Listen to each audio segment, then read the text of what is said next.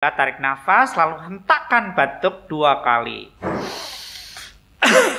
Oke. Kadang tidak memberikan kontribusi, perlu diketahui, karena refleks pada geriatri sudah susah. Sudah tidak sensitif sebagaimana usia remaja dan anak-anak ya. Ketemu lagi dengan kami Fisioterapi RSCM di acara Fis Talk. Assalamualaikum warahmatullahi wabarakatuh. Selalu semangat, selalu sehat. Sahabat Fisio, ketemu lagi dengan kami Fisioterapi RSCM di acara Fis Talk. Yang udah nonton sebelumnya pasti tahu kita mau bahas apa selanjutnya. Tapi kalau yang belum nonton harus nonton dulu ya yang sebelumnya. Nah, saat ini kita akan melanjutkan pembicaraan kita yang kemarin, Pak. Iya. Jadi kan kalau pasien itu kita ajarkan untuk batuk efektif. Yang batuknya 2 kali gitu ya, Pak ya? Iya. Yang gimana, Pak, contohnya? Iya. Contohnya gimana, Pak? Contohnya adalah tarik nafas, lalu hentakkan batuk 2 kali. Oke, tapi kemarin kan kita janji nih, Pak. Kalau nggak bisa batuk, ya kan, Pak?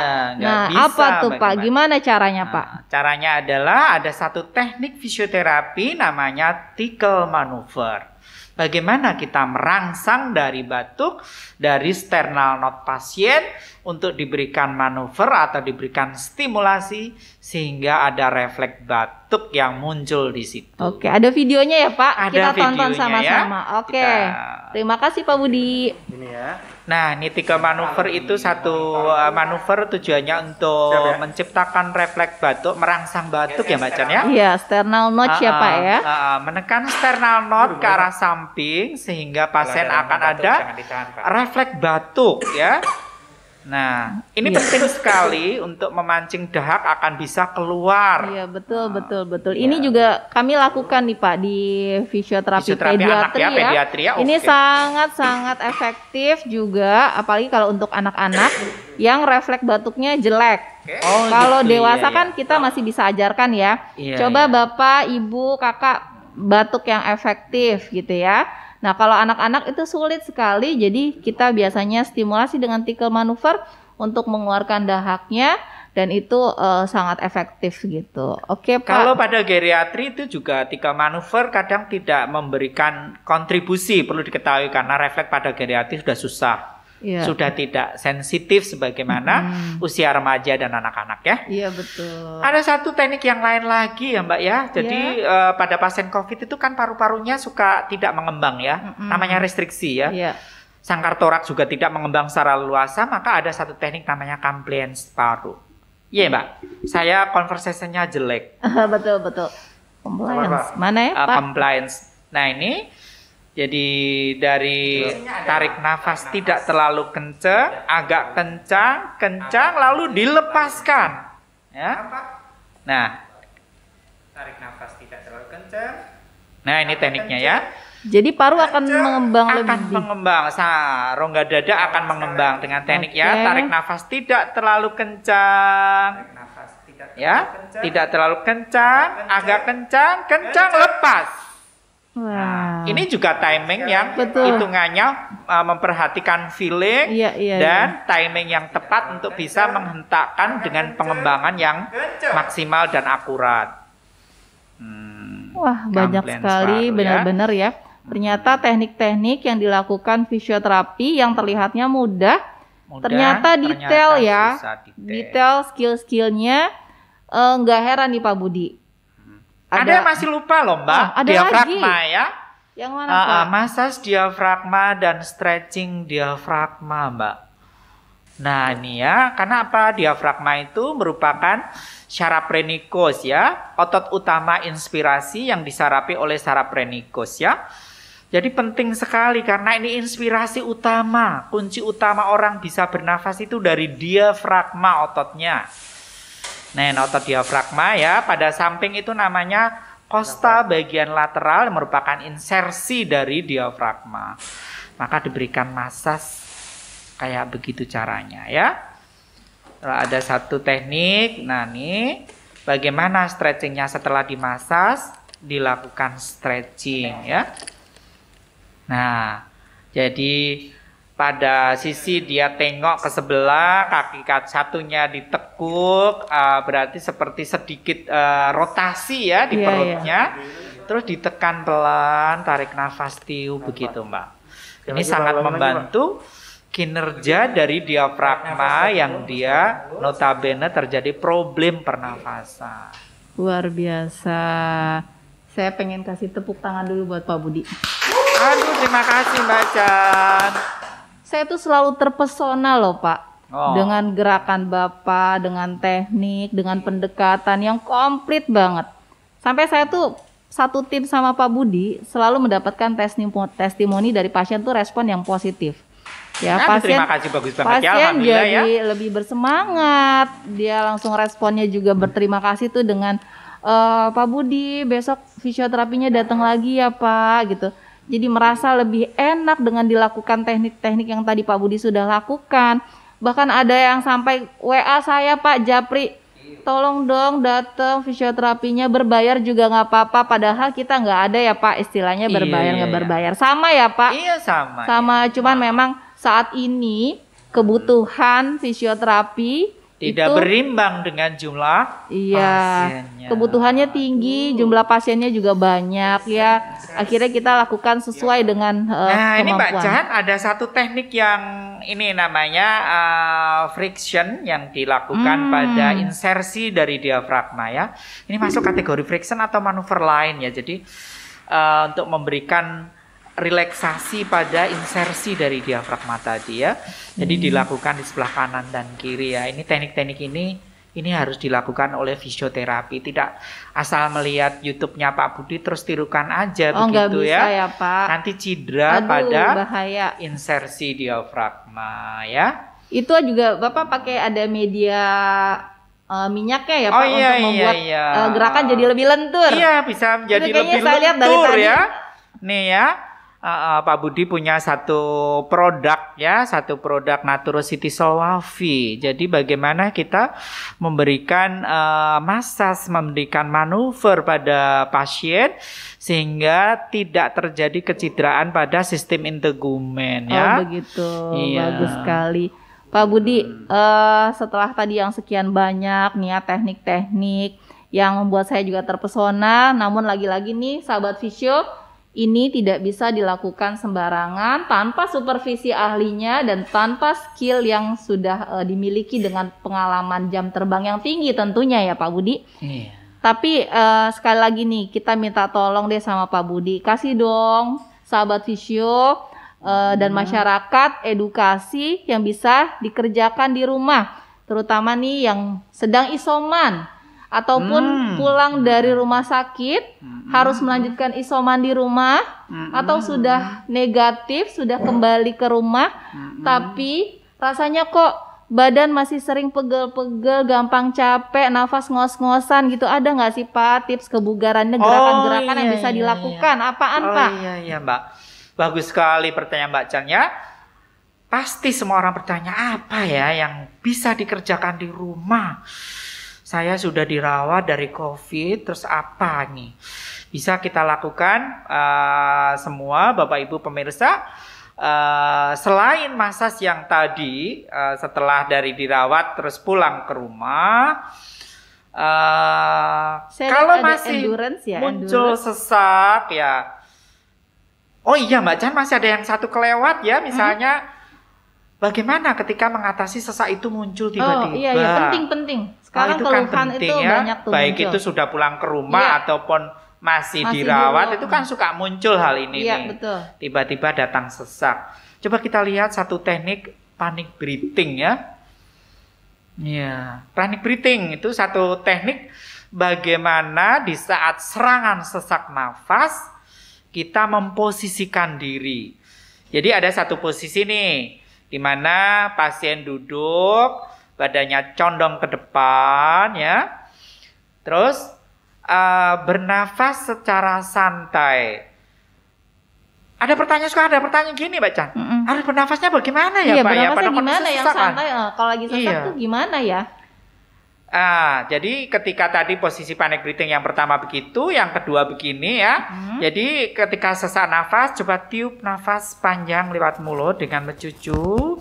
Tidak usah panik. Oke, maka nanti akan dapat menghirup udara secara spontan untuk bisa inspirasi. Oke, jadi pada saat sesak, fokusnya adalah justru tiup, buang nafas ya. Dulu, jangan tarik ya, makin tarik.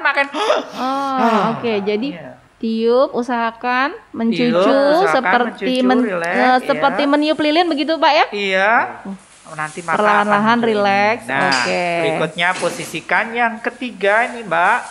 Duduk dengan di depan bantalnya banyak. Nah, tundukkan dan tetap rileks ya. Oh ya, posisi yang kedua ya ini ya. Nah, ini posisi yang ketiga ketika coba satunya Pak. Di jalan ya, di kereta atau di mana ya. Maka bisa dilakukan posisi duduk bersandar dan nyantai ya.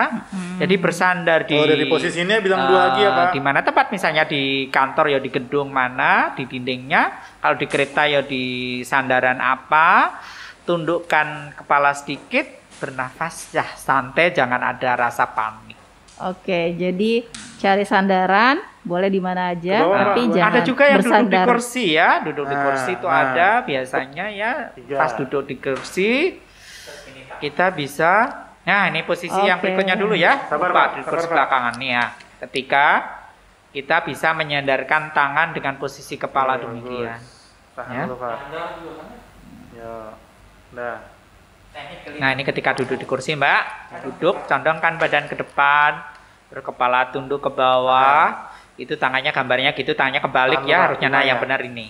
Nah, bernafaslah biasa, jangan ada panik ya, sehingga akan mengatasi gangguan sesak nafas. Lengkap banget nih. Jadi kalau sedang serangan sesak kuncinya satu, tetap rileks. Iya, artinya tetap jangan panik, rileks, cari sandaran, boleh posisi duduk, berdiri, ya, sandarkan badan atau dahinya, gitu ya Pak ya. Iya, cari di tangan tangannya dimanapun, mungkin bisa di mana saja, yang penting aman, yang penting jangan sandaran di hatiku barangkali Pak. Oh gitu. Bercanda ya Pak ya. Iya. Soalnya saya tahu nih Pak Budi orangnya tuh santai gitu ya, makanya selalu ceria, bahagia.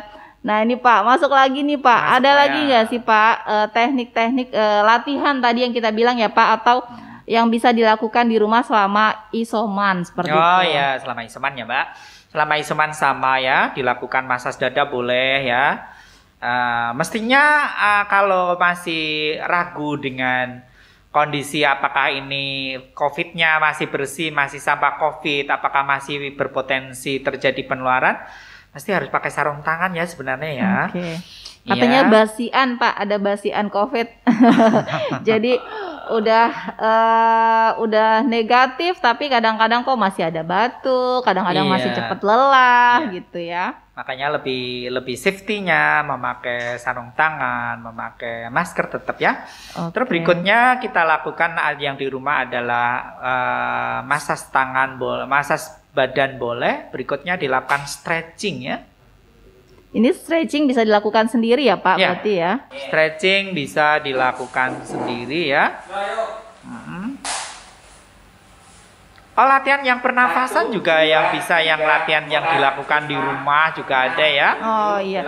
Nanti saya mau tanya juga sebenarnya Pak setelah ini. Karena kan banyak nih beredar nih informasinya, dan juga banyak jurnal yang sudah beredar bahwa posisi prone, tengkurap itu bagus dilakukan pada pasien-pasien terinfeksi COVID. Nanti saya mau tahu ya Pak ya lebih jauh tentang itu. Atau kita ini menerapkan tentang stretching ini gimana Pak tadi Pak? Jadi gini, ini tujuannya untuk mengulur otot-otot besar ya, yang tadi menggeliat ke atas tuh sebagai pembukaan ya. Sebelumnya harus sebenarnya sih memang ada pernafasan perut, pernafasan dada gitu ya Mbak.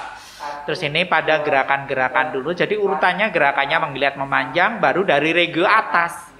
Leher dulu, bahu ke arah bahu dan togok atau torak ya. Berikutnya panggul, baru kaki. Jadi tidak asal acak gerakannya gombreng-gombreng seperti dangdut, enggak ya. Jadi mau ini dulu suka-suka hati aku aja gitu. Enggak bisa ya Pak? Ya bagusnya berurutan. Bagusnya sebaiknya dilakukan secara berurutan. Oke. Dan walaupun diawali dari sistem pernafasan harusnya memang Mbak Chan ya. Ada satu teknik namanya abdominal breathing, thoracal breathing. Oke, berarti diawali sebelum stretching itu kita melakukan teknik pernafasan ini dulu ya. Nafas perut, nafas dada dan perut gitu. Oh, jadi ada ternyata nafas tuh bukan nafas ada nafas dada, nafas perut, ada nafas dada dan perut. Iya betul. Nah, orang taunya kan kadang nafas diafragma gitu aja. Padahal sebenarnya berbagai kategori pada teknik pernafasan di dunia fisioterapi ya. Jadi lanjut lagi nih Pak, apa nih? Nah ini kayaknya ini gambar nafas nafas dada ya. Tarik nafas, kembungkan dada, tiup lewat mulut ya. Dengan dikempiskan perutnya ya.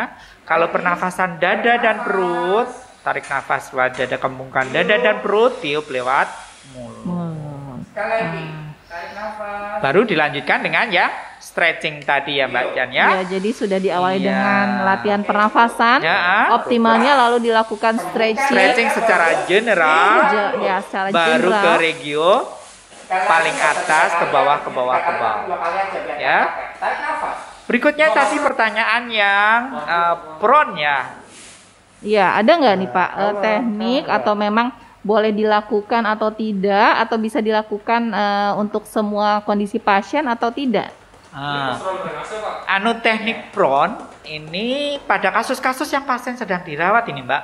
Jurnal mengatakan prone itu lebih bagus untuk dilakukan pada pasien COVID. Ternyata pada kondisi klinis kita harus melihat dulu kondisi pasien. Oke lah, jurnal mengatakan prone karena merupakan siklus udara yang di atas, yang di segmen paru ketika ditengkurapkan itu lebih luas dibanding yang pada posisi terlentang ketika pasien COVID di bangsal sedang dirawat. Ya Pak ya? Iya. Jadi di situ berdasarkan teori gradien ventilasi paru gitu. Gelembung-gelembung udara di atas lebih banyak sehingga membantu sistem pernafasan, di tengah dia kolap pernafasannya. Nah itu tengkurap yang lebih bagus. Tapi kita harus melihat ketika pasien saturasi belum stabil, pasien masih butuh O2 yang di atas 3 ml bahkan dengan simple masih full di 10-15 ml ya kan. Ketika dilakukan prone kadang akan terjadi sesak nafas yang harus masuk HCU maupun ICU. Maka pedomannya apa? Pedomannya pasien sudah comfort. Pasien sudah bisa ke arah duduk. Pasien sudah dicoba pelan-pelan lepas dari oksigen yang dari 3 ml tadi sudah oke. Maka kita cobakan pelan-pelan ke arah posisi prone. Posisi prone.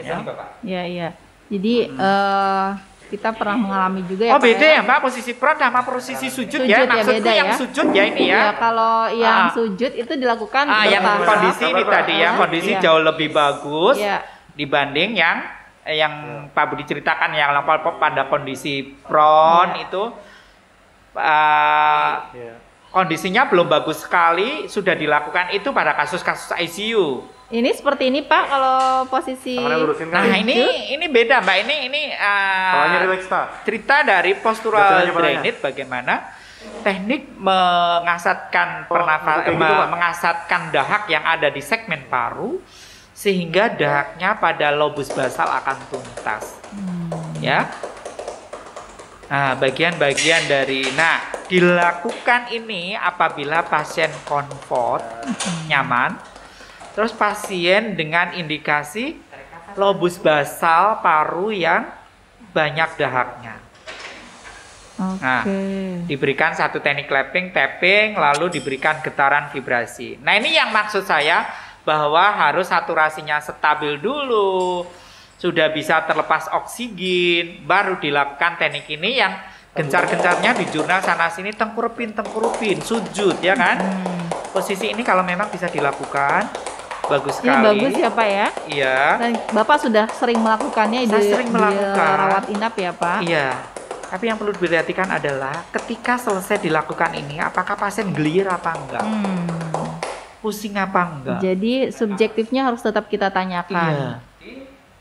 Oke, jadi memang teknik prone atau bahkan sujud itu memang bagus, efektif ya, membantu pada pasien-pasien COVID. Namun tetap harus kita perhatikan klinis dari subjek masing-masing ya. Jika di posisi tersebut justru sesak bertambah ya Pak ya, jadi bertambah pusing, sebaiknya kita tunda dulu. Kita tunda sampai dulu. Prosesnya bagus. Ya, sampai nyaman dan bisa dilakukan dengan efektif. Begitu ya Pak Budi ya? Iya. Wah, luar biasa memang. Banyak banget teknik-teknik punya Pak Budi nih, ala Pak Budi ataupun memang berdasarkan riset dan jurnal gitu ya, luar biasa. Nggak heran nih dengan pengalaman 23 tahun gitu ya.